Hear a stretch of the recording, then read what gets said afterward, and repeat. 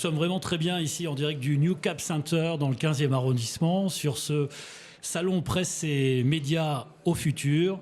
Nous sommes sur le plateau de Broadcast Associés et j'ai le plaisir d'accueillir Guillaume Aubert. Bonjour. Bonjour, merci de m'accueillir. Mais je vous en prie, vous êtes directeur d'Alchemy. Oui, c'est exact. Alors, quelle est la vocation de cette société ? Alors Alchemy est une société qui édite, développe et distribue une solution de digital asset management qui s'appelle Phrasea, donc qui est un outil open source qui permet à tous nos clients et partenaires d'assurer la captation, la gestion et la mise à disposition de tous les contenus multimédia que peuvent être des photos, des vidéos, des fichiers audio ou des documents PDF. Par exemple, TF1 par exemple, passe par vous pour le groupe TF1, alimenter ces contenus. Absolument, le groupe TF1 et bien d'autres groupes de télévision qui vont utiliser nos produits pour gérer la totalité des productions d'images ou des images qui sont récupérées d'autres productions que leur production interne, les centraliser dans un outil unique, les indexer et ajouter des métadonnées sur ces images, typiquement dans le cas des chaînes de télévision, des dates de diffusion, et ensuite pouvoir mettre à disposition ces images auprès des médias qui vont venir sur le site, se connecter, récupérer les photos qui vont être utilisées pour assurer la promotion des programmes dans la presse et les médias. Alors c'est très technique. Moi je suis assez profane, comme peut-être les gens qui nous regardent. Une application très concrète.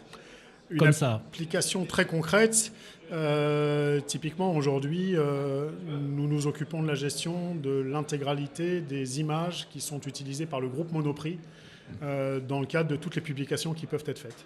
Donc que ça soit aussi bien sur des écrans dans des magasins que dans des publications papier, avec des contraintes qui peuvent être particulières. C'est que la photo d'une bouteille de Coca-Cola qui est en promotion 30% pendant une durée limitée doit être disponible et doit remplacer la photo de bouteille de Coca-Cola classique. Ça va jusque-là. Ça va jusque-là, ouais, ça peut aller jusque-là. Voilà. Donc de la même manière, dans un contexte très précis, la photo d'un produit doit être contractuelle. Et doit suivre les évolutions du packaging quand il y a des évolutions du packaging. Comme quoi, sur une simple photo, il y a beaucoup de gens qui travaillent derrière. Énormément on ne s'imagine pas ça quand on va faire ses courses chez Monoprix. La première chose à laquelle on pense aussi avec les photos, c'est la question de droit d'auteur, de droit d'image. Bien sûr. Comment on crée, comment on délimite quelque chose qui, rien qu'avec l'exemple de la télévision, est voué à être différent chaque jour, à avoir de nouvelles images apparaître et disparaître après chaque journée? Alors bien sûr, la problématique de gestion des droits sur une image, pas que les droits d'auteur, parce que les droits peuvent être beaucoup plus étendus que les droits d'auteur, est une vraie complexité et dans certains cas d'usage peut représenter un vrai risque. Une marque peut signer avec un photographe et un mannequin pour faire une photographie et avoir les droits à la fois de l'auteur, mais aussi de la personne qui est photographiée. Et ces droits sont souvent donnés pour une durée limitée. Donc il faut être capable, dans n'importe quel système moderne de gestion d'image, de pouvoir permettre à l'exploitant, celui qui va s'occuper de capter l'image, la gérer pendant sa durée de vie et ensuite l'archiver, de s'assurer qu'il peut utiliser cette image avec les bons droits. De la même manière, vous pouvez avoir les droits pour juste une publication web ou assurer la promotion d'un programme pendant une durée limitée qui est sa diffusion sur une antenne de télévision, mais vous ne pouvez pas l'utiliser passé cette diffusion. Donc la problématique des droits est très compliquée. On cite souvent l'exemple d'une photo du Palais du Louvre, par exemple. Une photo du Palais du Louvre, si vous la faites de nuit, vous allez être attaché à devoir gérer les droits de la société qui s'est occupée de l'éclairage de la pyramide et du palais. Vous allez être associé à la gestion des droits de l'architecte qui a fait la grande pyramide du Louvre ou les colonnes de Buren. Vous allez être associé éventuellement aux droits de la mairie de Paris, puisque c'est un monument de la ville de Paris, aux droits du photographe qui a fait la photo, et ainsi de suite. Donc c'est très très compliqué. Vous avez une batterie de juristes alors pour chaque niche en fait, qui correspond aux droits? C'est pas nous qui allons nous occuper de ça. Nous, on va s'occuper de mettre à disposition de la technologie pour nos clients, à eux ensuite en charge d'avoir les bons contrats avec les auteurs et les ayants droit sur une photo. L'idée du coup finalement, c'est de capter cette photo-là, ou tout du moins cette image, la récupérer, la mettre à disposition, et vous intervenez aussi sur la diffusion derrière, ou c'est une mise à disposition? Alors nous, on va s'occuper de capter l'image, de la décliner dans toutes les résolutions qui vont être nécessaires à la personne qui va l'utiliser. Un format téléphone, exactement, vidéo. parce que vous n'avez pas besoin aujourd'hui d'utiliser une image JPEG de 18 mégas pour la diffuser sur un site web. Vous n'avez pas besoin d'utiliser une vidéo 8K pour la diffuser sur un site web. Donc, partant du média original, on va fabriquer des sous-définitions. Sur de la vidéo, on va fabriquer des shorts. On va éventuellement être capable de rajouter du marquage sur la vidéo ou du marquage sur la photo avec un crédit, un copyright, une mention ne pas utiliser ou des choses comme ça. Ensuite, la photo va être gérée dans le système, recevoir des mots-clés d'indexation, des tags qui vont permettre à des utilisateurs de la rechercher. Et après, en fonction des droits, l'utilisateur final va avoir le droit de télécharger telle ou telle sous-résolution pour tel ou tel usage. Et alors, dans l'univers digital asset management, celui de votre société Alchimie, quelle est l'innovation du moment?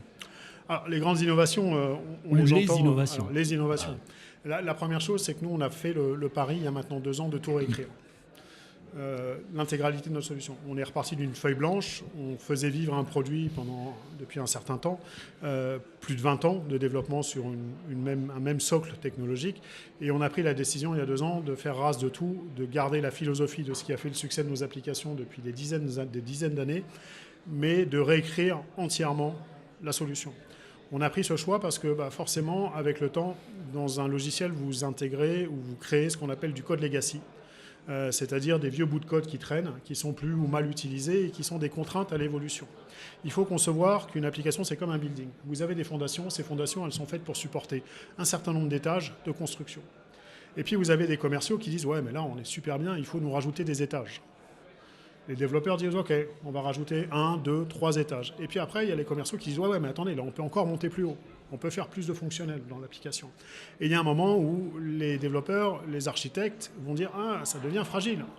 Ça va marcher, mais c'est pas super propre et c'est pas super solide ». Donc l'édifice se fragilise. Et à un moment, un éditeur prend la décision, ou pas, de réécrire tout. On a pris cette décision, nous, parce qu'on voulait arriver en 2024 et 2025, puisque le produit est en vrai lancement aujourd'hui, avec une gamme de logiciels qui soit neuve, qui soit moderne et qui soit pensée pour pouvoir prendre en compte tous les besoins de nos clients. On a une expérience qui est assez importante, des clients qui sont très prestigieux, on connaît le marché, on connaît les attentes de nos clients, on y a toujours répondu et on s'appuie de l'expérience qui remonte de nos clients pour dire « ok, mais on pourrait faire ça beaucoup mieux ». Donc on a dit « on va commencer par écrire une API ». C'est-à-dire le plus bas niveau dans un logiciel. Une fois qu'on aura écrit cette API, on va écrire un modèle de droit. C'est-à-dire quelles vont être les problématiques pour gérer les droits d'accès aux médias, en prenant en compte tous les cas de figure les plus compliqués. Et à partir de là, on s'est dit on va faire des interfaces. Et ces interfaces, on sait les faire puisque nos produits ont du succès depuis plus de 20 ans et sont appréciés par les clients. Donc là, on arrive avec une nouvelle technologie, un nouveau produit qui, en plus, va nous permettre une grande facilité d'intégration, et je rebondis sur la question initiale que vous posez, qui est la capacité d'intégration de solutions d'intelligence artificielle liées à l'analyse des images. Ouais, j'allais y venir. Ouais. Les grandes sociétés, les grandes collectivités, les grandes administrations ont des services photos, ont des éditeurs photos, ont des photographes, ont des ressources humaines pour travailler. Maintenant, aujourd'hui, le marché, il n'est pas tellement extensible. Et nous, ce qui nous intéresse aussi, c'est d'être capable de répondre à des entreprises de taille moins importante, qui n'ont pas de direction de la communication avec des attachés de presse, des éditeurs photos, des choses comme ça, ou des industriels qui ont des photos de produits à gérer, mais qui n'ont pas toutes ces ressources humaines qui permettaient jusqu'à maintenant de dire « ok, je vais renseigner ma photo, ça va me prendre 2 minutes 30 ». Non, aujourd'hui, l'objectif, c'est de se dire, en fonction du besoin, en fonction du contexte, j'ai la capacité de me plugger à n'importe quel type d'intelligence artificielle pour répondre aux besoins du client. J'ai besoin de mots-clés, je sais requêter tel type de moteur d'intelligence artificielle pour récupérer du mot-clé sur mes photos. J'ai besoin de lire les textes présents sur une photo, je suis capable de me plugger un moteur de mots-clés, un moteur qui va me permettre d'aller lire les textes présents sur les photos. J'ai besoin de faire du transcript sur une vidéo, je sais soumettre ma vidéo à une application de transcript. Et on va pouvoir se brancher aux meilleures technologies d'intelligence artificielle et c'est nativement prévu dans le produit. Ce n'est pas une espèce de brique qu'on va rajouter à un moment ou à un autre, fragiliser l'édifice, c'est prévu nativement dans le produit. Voilà. C'est remarquable. Ça a le mérite d'être bien expliqué. C'est remarquable. J'essaye. C'est surtout clair et important de le préciser que voilà, derrière la facilité de prendre une photo, il y a une multitude de droits qui ressort derrière, mais aussi d'expliquer l'importance de la durée de vie d'une image qui est radicalement différente de celle qu'on va prendre pour un usage personnel par rapport à celle qu'on va diffuser potentiellement sur 1, 2 ou même 10 ans à la télévision. Et pour terminer, en un mot, votre sentiment, votre avis sur le salon ? Innovation. On est dans le thème.